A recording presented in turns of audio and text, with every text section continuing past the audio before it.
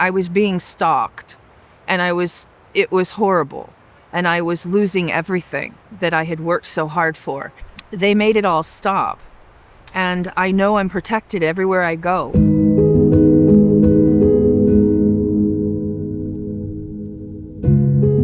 My name is Dr. Ariyana Love, and I'm a naturopathic doctor, second generation, trained with my father, mentored with my father. I'm also an investigative journalist and a medical researcher and patent reviewer. Well, my first experience with Sasquatch began when I moved out to Oak Ridge, and I moved to the mountains in Oak Ridge, in the Cascade Mountains. And I moved here to study medicine and wild harvest medicines.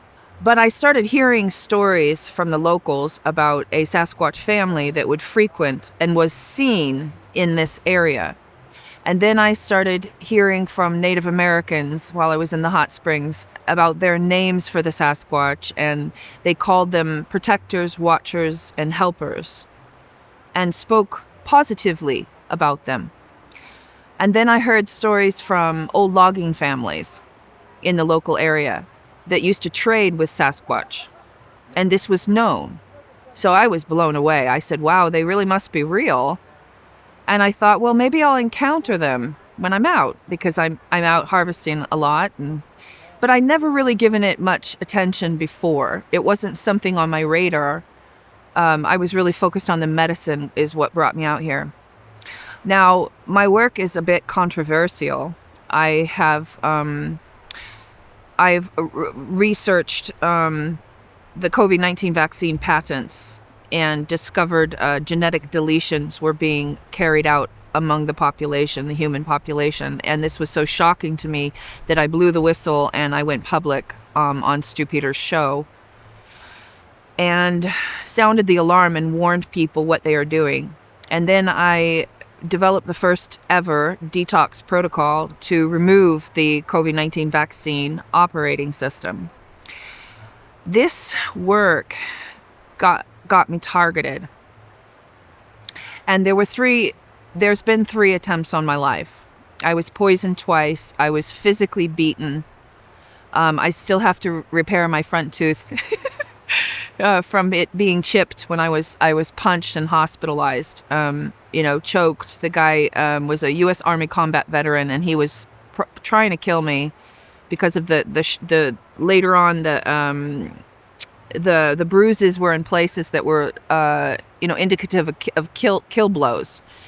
So I managed to escape that by grabbing my phone and dialing 911. But the other 2 times I was poisoned, this was severe poisoning. My blood was analyzed by microscopists, and it was basically military technology. So it took 3 months for me to detox myself from the first poisoning, and it was a very traumatizing experience. Now, when I moved out to Oak Ridge, there had been 2 attempts on my life, and I was being gang stalked online, by hackers, also on the ground. And I knew my life was in danger, and that's why I also came out into the mountains, because I thought I'd be safer. So one day I'm at the river. Now, I grew up with meditation. I have always, since I was a child, I've been doing meditation. So I'm very sensitive to vibrations. My hands speak. And I am in tune with other sentient beings. I am as a natural healer, and having a father who's a natural healer, he's a homeopathic doctor. I was able to develop these skills throughout my lifetime. So I'm very attuned when there's other beings around me, whether they're human or other beings. So anyhow, I was at the river one day, and I sensed this Sasquatch family was there. Later on, I did see one of them appeared to me physically, but this was just telepathic communication. Telepathy has always been something normal to me. It's not for everybody. You have to develop that gift. But I was there at the river, and I wanted to reach out to them. And I asked them, can I know you? May I know you? I hear you guys are good. And may I please know you? And I felt a communication come back from the mother. It was a family, a father, a mother, and 2 children. And the mother, she shirked me off. She said, we don't really like humans. And I thought about that. I was a little bit disappointed because I wanted to talk to them. I knew they were there. And I said, well, I don't really like humans either. And maybe I could hang out with you guys for a little while. And I was quite serious. And then I made a prayer. I prayed for the Sasquatch people. I prayed for the medicines in this forest to be protected and the old growth trees. And I prayed for, myself and for healing. And I began talking to the Sasquatch and telling them my story, telling them what I had done and how I'd gotten targeted, and that the Native Americans told me that they are helpers, watchers, and protectors. And would they protect me? Could they protect me? And then I prayed over the water. And I wanted to drink. I was so terribly thirsty. And you're not supposed to drink from that river, but I thought if I pray over it first, maybe it will be okay. I was so thirsty I couldn't wait. So I bent down and drank from the river. And as soon as I stood up, I felt them standing to attention and looking at me. I felt their attention on me like a blast of energy. It was all 4 of them, even the children, all at once, synchronistically. They're very attuned to each other. So I had their attention and I realized, okay, they like prayer. That's very interesting. That got their attention. And then after that, about maybe a week later, I was at the hot springs, and the mother that had shirked me off at first sent her son, appointed him and tasked him to protect me. And he's a junior Sasquatch, and as I understand, it is like a rite of passage. It is they are given tasks to earn their status as an adult, as an adult male, alpha male. So he was tasked to me, and she had coached him, and I saw him across the river, and he was looking at me, and I understand now they can cloak themselves. So I saw him sort of fading in and fading out in front of my eyes, and I'm like, could it be? No. Yeah, no. So I watched him and I stared for 2 minutes, and I saw these 2 red eyes, and I was looking at his eyes, and I thought, those are eyes. And then it took 2 minutes, and then I saw his eyes blink, and I said, aha, I gotcha. And so we just looked at each other. I stood still, he stood still, and we looked at each other for about 20 minutes. And his eyes were red the whole time. And I learned later that means he's scanning. Their eyes are red when they're scanning you. So I was scanning him back, and we ended up having a communication, telepathic. And the biggest thing that was on my heart is what's happening to humanity. How many people have died, how many people are sick, and they've been lied to and betrayed by the authorities we're supposed to trust. And he said to me, don't worry about this. He said, don't worry about all the death and the destruction. He said, this is going to pass. And he said, and in the future, Sasquatch and man are going to be trading with each other again. So apparently we once did. So I was kind of amazed. I was amazed by that. And it left me with something to ponder. About, I don't know if it was a week or 2 later, this same Sasquatch, a junior Sasquatch, beautiful, he's beautiful. He has, and his face, I just want to say, his eyes and his emotions were so tender. When I was looking at him and pouring love to him, he starts like squinting his eyes, and I see just, he didn't move his head, he stood like a statue, but his facial muscles were moving, and he was like smiling inside, like a cat does, when they squeeze their eyes, when they feel love, they're giving you like eye kisses kind of thing. That's what he was doing. And I realized they're very tender-hearted. At that moment, I understood, wow, he's very sweet and he's very tender. And I began to really like them. Well, I got a third attempt on my life. I got poisoned again. Somebody slipped me something in the hot springs. And I was there alone, and I started to kind of hallucinate a little bit, but also have a little bit of queasy and feeling I couldn't even walk. And I'm in the water, and there was a man there, and he was lurching over me, around me, and trying to engage.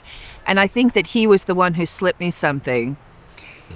When I left, I couldn't even walk, and I asked him to walk me back to my car. I didn't know what was happening yet. When I got to my car and I got in the car and turned it on, I said, I cannot drive. I looked at him and said, I cannot drive. He puts his head down and he turns and he walks away. And in that moment, I knew that he poisoned me. I understood what happened, and I realized I need to get out of there, and I need to go in an opposite direction, not towards my house. And I was not in my right mind, and I was sick, and I did not feel like I could drive, but I had to drive out of there. So I went the opposite direction, and for the next 20 minutes, I was just in some hallucination trip and driving down the freeway, enjoying the motion of driving and just out of it. Did not even remember I'm supposed to be going home and didn't realize I'm not even going towards the direction of my house until about 20 minutes down the road. And then my stomach started really paining me. And so I said, okay, I think I've been poisoned. And I said, I can't drive. So I pulled off. I was afraid there would be an accident. I just knew it was not safe to drive. So I pulled off onto the side of the road, and I turned the car around where it's facing the road and put it in park. But I'm in a parking space, a turnoff. And I put the car in park. I put the seat back in my car, laid back, and I thought, I'll just try to sleep this off. About 3 minutes later, and it was dark, but my car is rocking back and forth. And very, very forcefully, just suddenly, it starts a little bit, and then more and more, and I'm like in a boat. It felt like a boat or something. It's just rocking back and forth. It was very dramatic. And within the first few seconds, I'm thinking in my mind, Sasquatch, because that's the only thing that could do that. Second thought in my mind, government. Third thought, aliens, I didn't know, but it was not human, it clearly, no human could do that. And looking back on that, I realized he was keeping me awake. And I mean, I could literally, it was dark, but I could see the trees going like this, just the horizon, just boom, boom.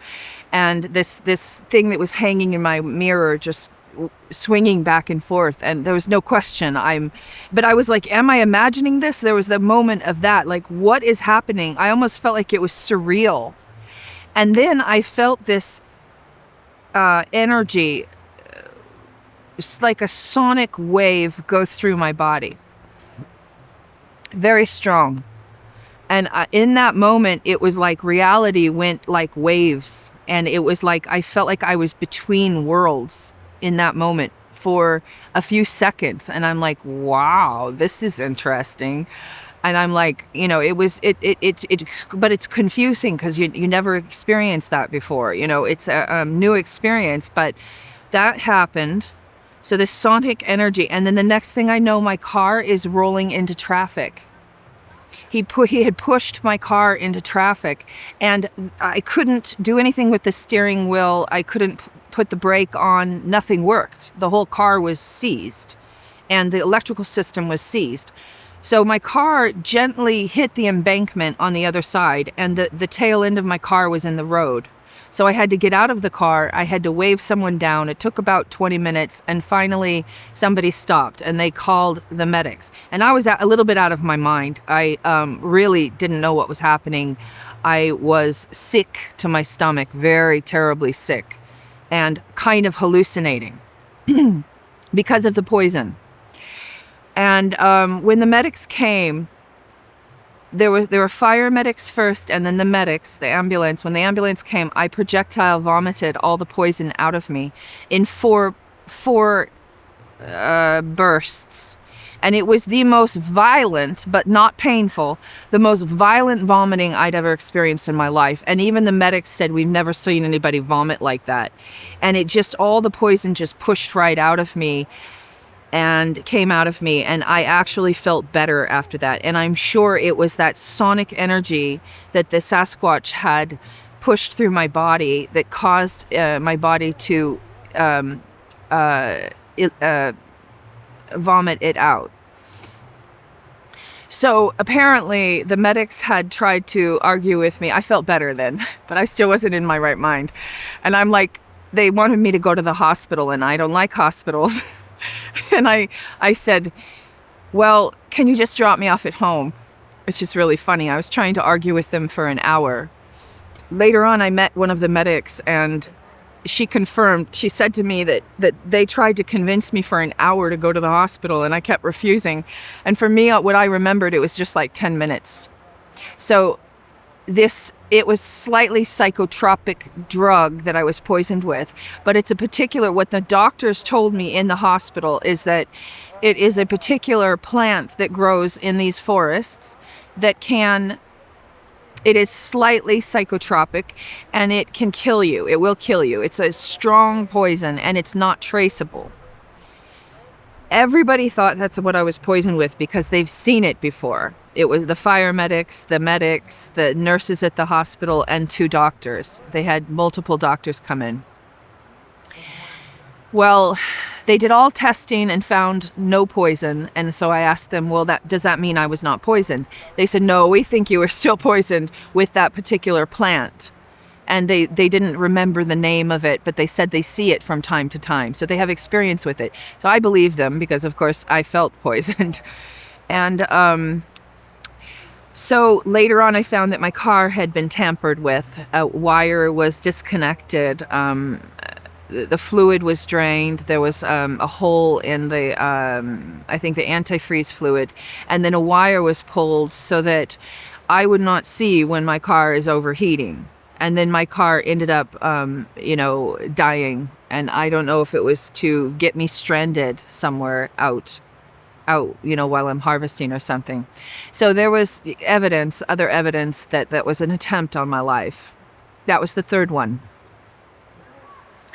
And after that was the Sasquatch Festival, the very first Sasquatch Festival. And it was about a week later, and I'm still processing what happened. I didn't really understand if someone would try to kill me by pushing me into traffic. But later on, I realized, okay, I came to understand that this was a Sasquatch, and he was saving my life. And he wanted me to understand he's saving my life. And since then, I've developed a relationship with him. His name is JJ. He was actually named by somebody else who is an old-time Sasquatcher named Bill. And I did talk about my story on Jeremiah's channel.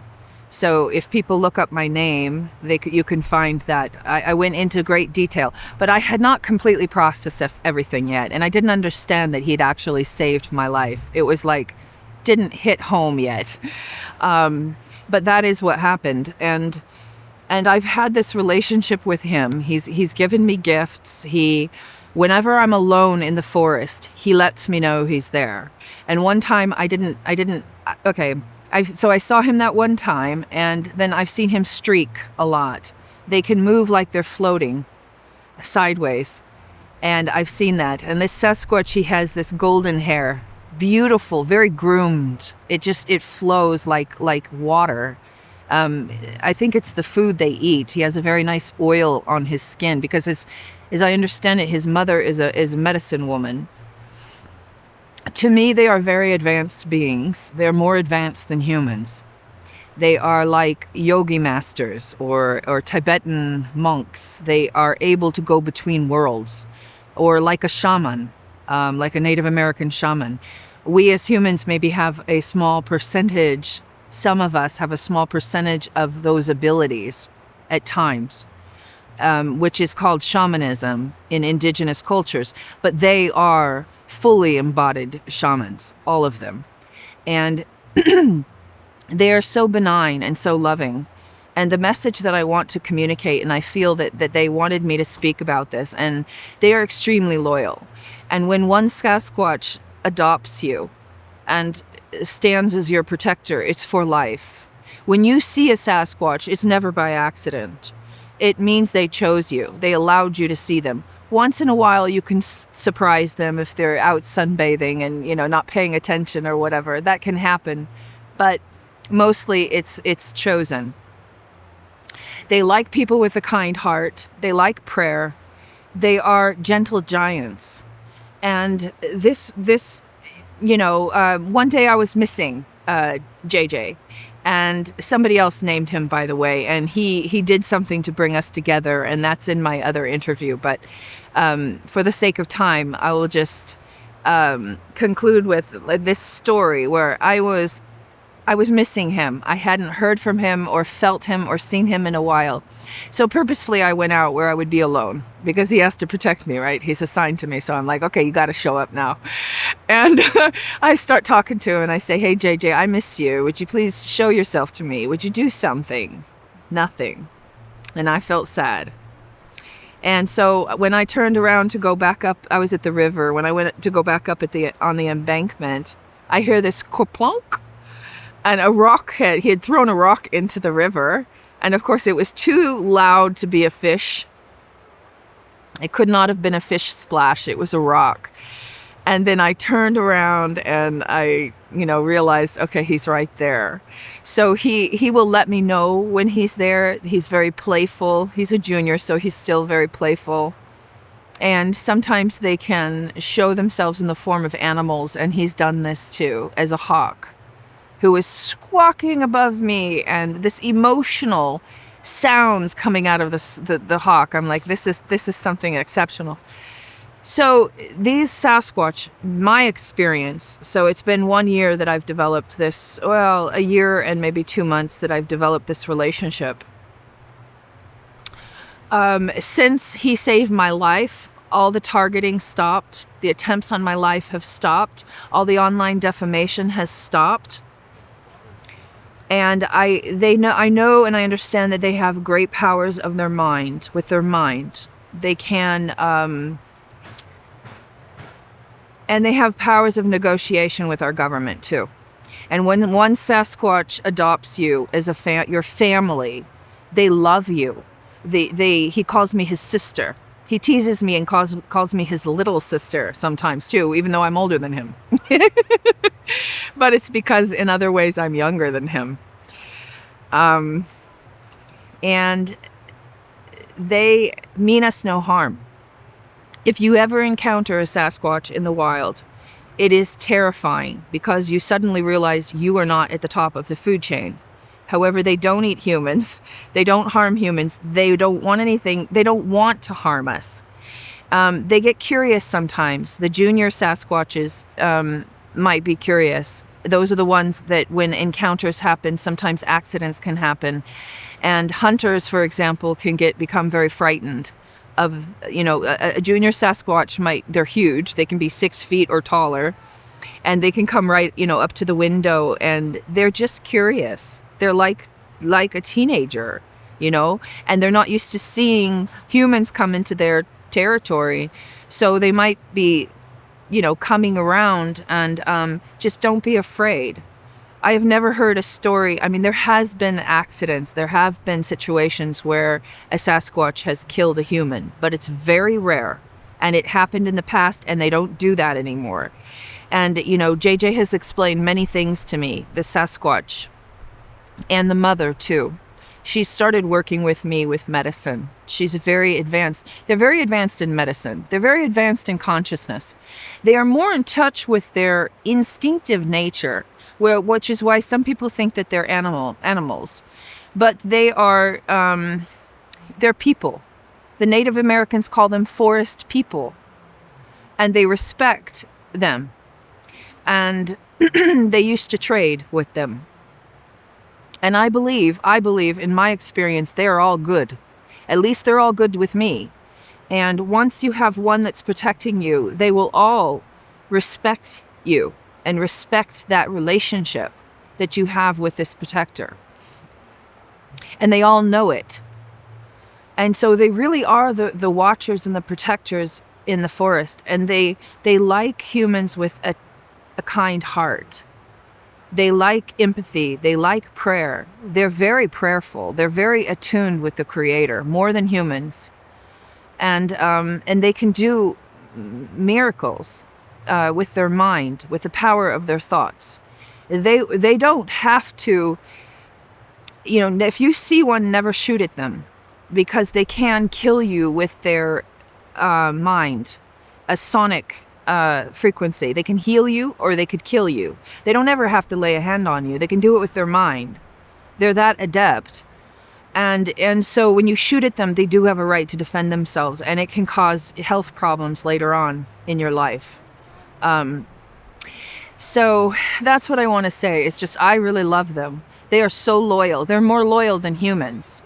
And I feel I want to honor this Sasquatch for hearing my call, because I was being stalked, and it was horrible, and I was losing everything that I had worked so hard for.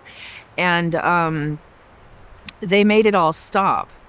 And I know I'm protected everywhere I go. And the last time I went out to my harvesting site, one of them had turned a tree over, bent it without breaking it. And this is a signature, what they do. And so it wasn't there when I, first went there. But then when I went back, I saw this tree. There were two of them. So they had been, leaving a message. And they'll do things like this. And they'll leave gifts. And they love gifts. You can give them organic apples, organic watermelons. Make sure it's pure. You don't want to contaminate them. I'm sure their system is very sensitive, because they're not used to preservatives. They're used to eating from the nature. But these are gentle giants, and they are our helpers. They will help us if you ask. I believe that the Sasquatch volunteered to save my life and to protect me for a couple of reasons. Because one, they see that I'm gifted and kind-hearted, and it was the prayer that I made that touched them. And number two, they see what I've done for humanity. I stepped up when humanity was under the biggest attack we've ever known. And what I did it saved a lot of people's lives. A lot more people have survived because of what I did. So the work I do, it saves people's lives, and it saves I save their health as well.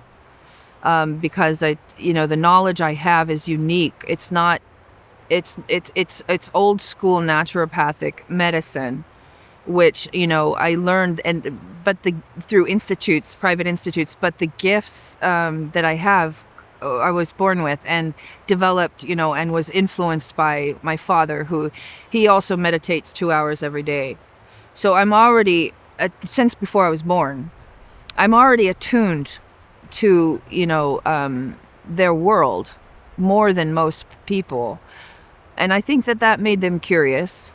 But really, it's the important work that I'm doing. It's the work that I'm doing for humanity. They know this, and they know that I'm helping, and so they decided to help me. And thank you for listening to my story and to considering what I'm saying. And I welcome people to reach out to the Sasquatch, talk to them, leave gifts for them, pray for us, for humanity, pray for the beautiful nature that we are given to be protected. And they do like this. And they might listen to you, and they might give you a gift, and they be open to the telepathic communication, reach them through meditation. You don't have to go out deep in the forest looking for them. They come to you. You just have to ask. You just go by the river, and they have their ways of communicating with you. And so thank you. Thank you all for listening.